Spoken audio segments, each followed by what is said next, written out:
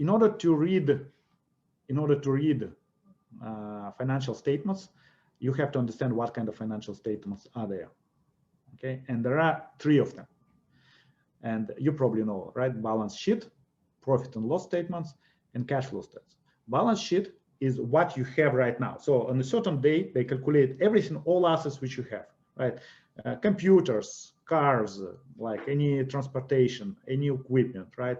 Premises, anything you own, and then they look how much you owe to the bank, okay, credits, and then take all your assets, calculate how much you can get if you sell them, and then how much you have to pay to the bank, and whatever remains, that's your net balance, right? So that's what you actually own in the company. Second one is profit or loss, another statement which shows you in a certain period of time how much products or services you sold, right? And then how much expenses you have at that same time. And the difference between them distinguish if you have a profit or loss, because if you have less expenses than your sales level, so you're making money. But if your expense level is higher than your sales level, and sometimes this happens, it means the company is losing money. Now, and another statement, it's a cash flow. A lot of people disregard the statement, but when you invest in a publicly traded company, cash flow statement is very important as well, because if you understand how accountancy works, so you will realize that sometimes company has a paper profit. So when they submit their returns to the tax office, they show the profit because they sold the product, and as soon as you sell the product, it's considered to be final transaction. And it's considered to be, if you sold, for example, a product for $1 million, it means that you have a profit. So maybe you had expenses $800,000 for that specific product, so $200,000 of products. But very often that those companies, they don't receive the money yet because there is a delay in payment. So you know yourself that sometimes the companies, they sell the product, but the payment received in installments, and these installments can be received like 3, 4, 5, 6 months later. So what happens? The profit is there from accountancy point of view, but there is no cash. And there is no guarantee that those clients are going to pay you, right? Yeah, you signed all these contracts, and you have, when you analyze in the company, you have to pay attention how much cash flow they have it as well. Okay, very, very important part. And during the program, we'll look at this statement specifically, and in order to understand, because it is very important. Okay, and sometimes it's vice versa. You can get much more cash than your profit. Okay, so, and another thing which is very important, and again, a lot of people disregard it because they don't understand how the corporation structured. There are comments of directors regarding their past performance, and there are comments of directors about their future projections. As I explained you about like virtual company, which is going to go to China and open the business there. Can you imagine if you just look at the statement itself, and you can see that company was generating $1 million in revenue in sales, and they had, let's say, $500 expenses before. Okay, and that was for, let's say, for the last several quarters. And this quarter, you see that they still generate $1 million in revenue, but the expense goes from 500 to 900.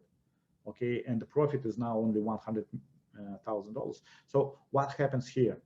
So if you just look at the statement, sometimes it doesn't tell you anything in a sense what is happening with this company. And of course, my goodness, the guys wasting money for certain expense.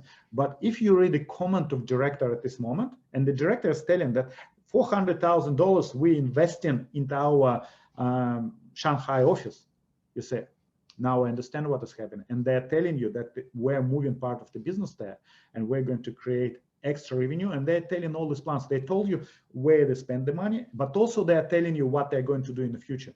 So that's why it's very, very important to read comments of directors if you're trying to buy the company. And I'm really surprised why a lot of people don't do that. Okay, a lot of people, they don't spend half an hour to read those comments, but they allocating 10, 20, 30, 50, $100,000 into this trade. How can they do it? Guys, honestly, I don't know. If you put in so much money in a trade, you have to understand what is happening in this business. Okay, another question for you. Before I show the next slide, I wanted to ask you, imagine we told you that that's the information source, right? Balance sheet, profit and loss statement, and cash flow statement. That's one thing. Secondly, we already distinguished who knows more makes more money. And of course, who gets information faster probably can analyze this information faster and make decisions faster. Now, the question for you, can you imagine that the company produces those statements? Who gets them first? And there are three. So bank manager, like would say investment banker, right? Secondly, owner of the hedge fund. And the third, you and me, okay, private investors. Who gets the information first and who gets the information last? Okay, Olga, we are last. We, retail investors are last. Okay. Any other opinion? Guys, I'll tell you one secret. Everyone gets information in the same second. Everyone. And because you believe that those guys, they get information first, it means subconsciously you straight away believe that they have more information than you, and it means that they're making proper decision and you can't.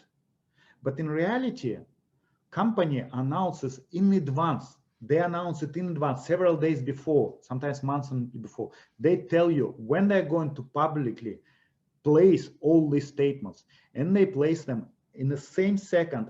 It's accessible for everyone, investment banker, hedge fund manager, or you. And believe me, if banker gets this information 1 minute or 5 minutes earlier, it's called insider trading, and it's criminal offense in United States, in a lot of other countries. And if that person gets caught, they're not only going to lose all their money, which they already have, they go to prison and they will never, ever to find a job again. Okay, guys, it is kind of very, very important to understand. So everyone gets information at the same time and the same information. So you can download this information from certain sources, okay, and read it. And the interesting thing about it, can you imagine if you're an investment banker and you need $1 billion to invest?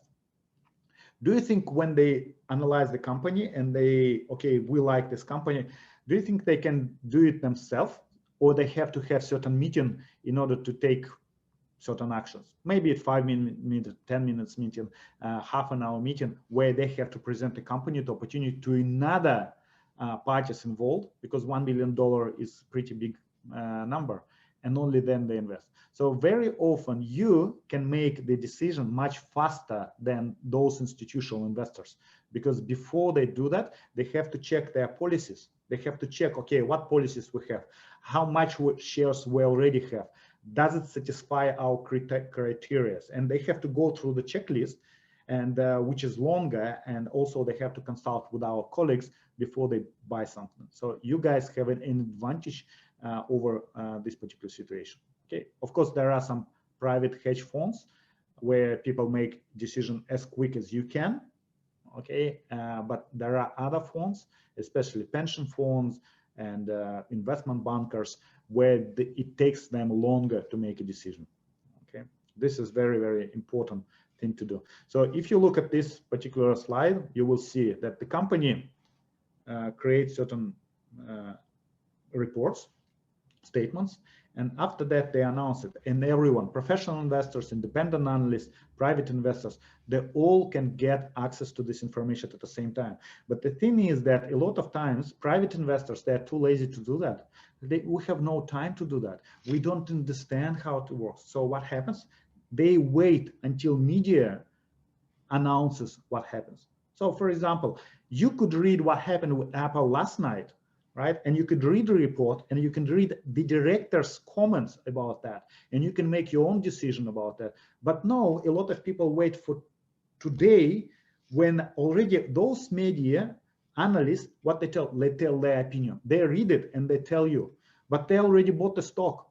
They already have their investment there before they tell you. And when you're buying, you're pushing the price up because you're buying already after them. They're doing what? They're already fixing their profit. Okay, a lot of hedge funds, they make 2-3% on the stock after each announcement, and they move it out, and they do it practically on a daily basis.